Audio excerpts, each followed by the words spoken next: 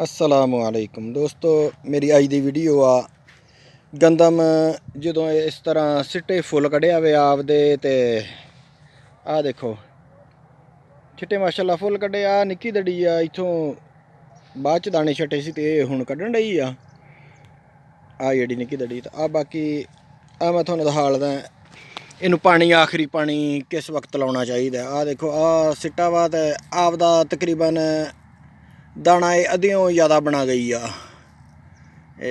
आ देखो दाना जेह्ड़ा तकरीबन आपदा दाना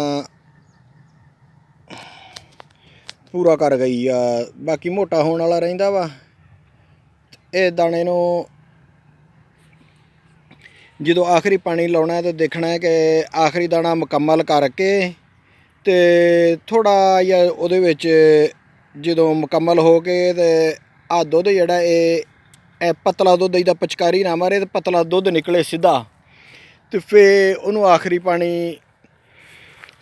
लाना वा। जे थल्लेओं जेह्ड़ा वत्ता रफ है वो आपदे आखिरी पानी तो नाड़ दे आपदा जेह्ड़ा रस हुंदा ना पानी हुंदा उहदे तने च वो आपदे तने नाल पक जांदी आ।